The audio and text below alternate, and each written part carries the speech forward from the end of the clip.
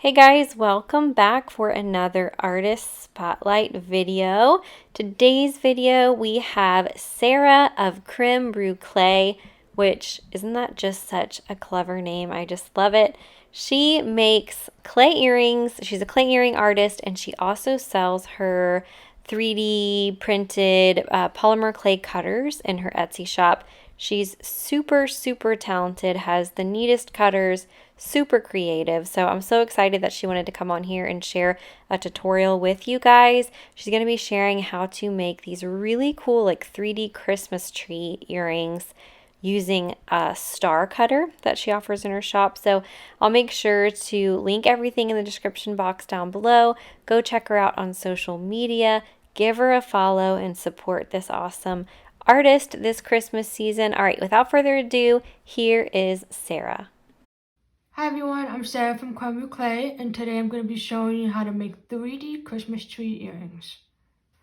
So what you will need is some polymer clay, the cutter from my shop, a tile, drill bits, pliers, a roller, liquid clay, long eye pins, toothpicks, earring binding of your choice, a Dremel, and your preferred choice of sanding.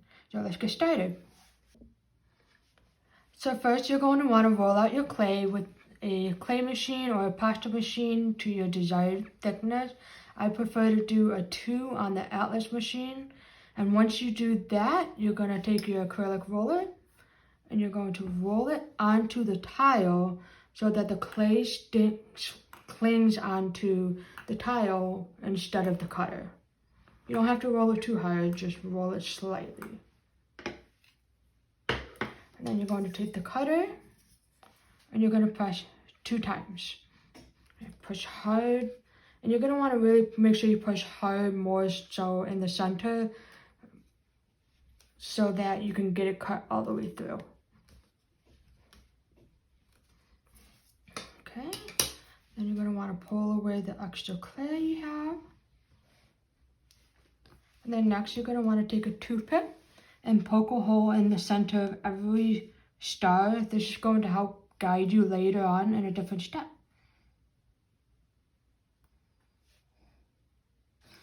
Okay, and now it's time to bake. Preferred bake setting would be anywhere from 255 to 265 degrees Fahrenheit. Any higher will burn the clay, any lower will not cure the clay all the way, and you're going to want to bake it from anywhere from 45 minutes to an hour. Once it's done baking and the clay has cooled down, the tile has cooled down, you're going to want to arrange these from large to small just to make your life easier and a step ahead so that it's easier to stack. And after you do that, you're going to want to start sanding just a little bit of the excess clay.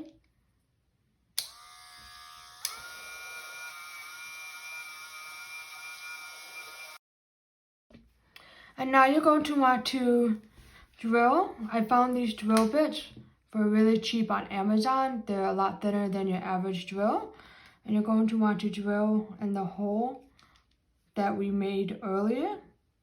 And you can see here this hole was made from the toothpick, but you just want to make sure you still have it all the way through.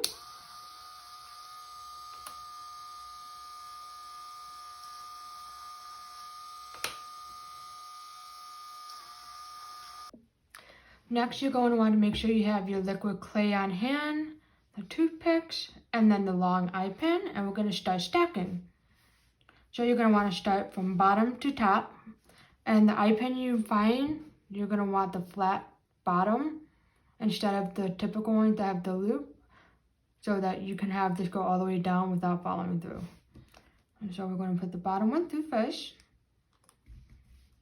Go like that, and we're going to take some liquid clay. I'm going to put some on the tile. Gotta make sure it's open. I'm going to put some here.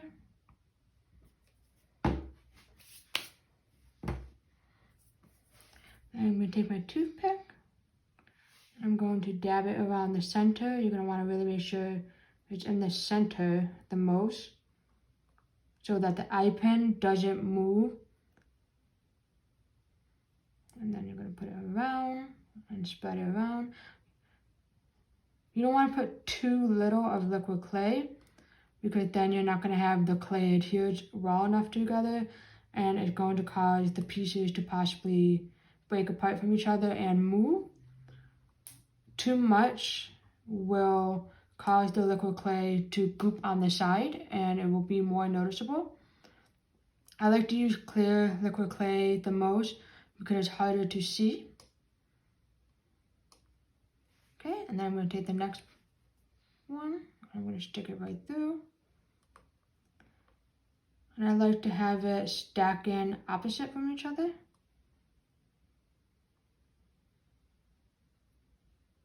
You want to push down. I really want to pull through. Again, and it's okay if there's liquid clay coming from the top hole. However, there is liquid clay. I did add too much, so you can just scrape away some of it. Again, this is clear liquid clay, so it's not going to be big of an issue.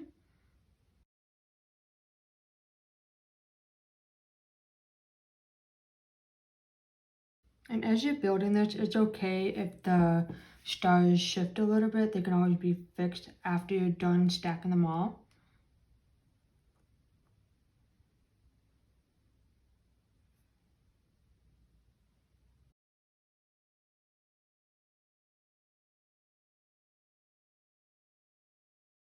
Another thing I wanted to mention too, what's nice about this is that you're not limited to just one size.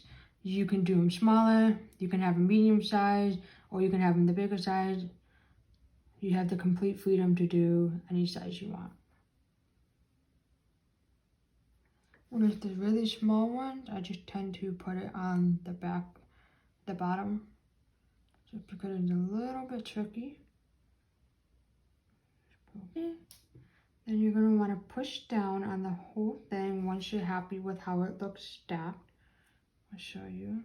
So yes, you see all of this extra liquid clay, and that is perfectly normal if you're using clear liquid clay, because you will hardly see it.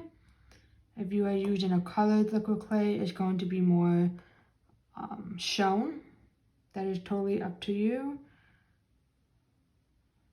Push it down a little bit.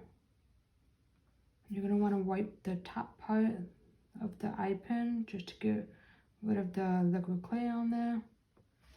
Okay, and now it's time to go bake it again for the same temperature you just used for another 30 to 45 minutes.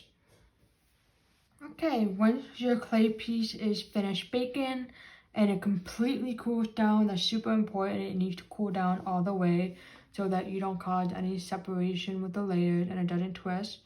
You are almost done. So now we're going to take our pliers and you're going to make a loop at the top. This part can get a little tricky, but if you do small bends at a time, it should be easier.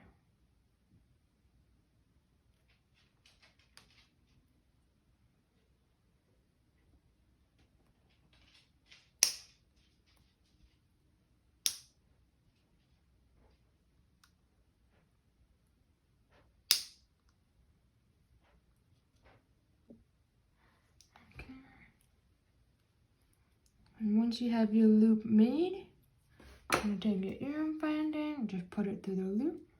You can add a jump ring if you prefer as well.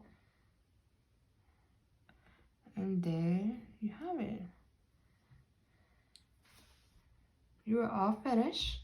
This only makes one earring, not a pair of earrings, but this only makes one earring. So if you want to make a pair of earrings, you're going to have to cut this 4 times. Thank you so much for watching. I hope you guys enjoyed it, and I'm so excited to see what you guys do.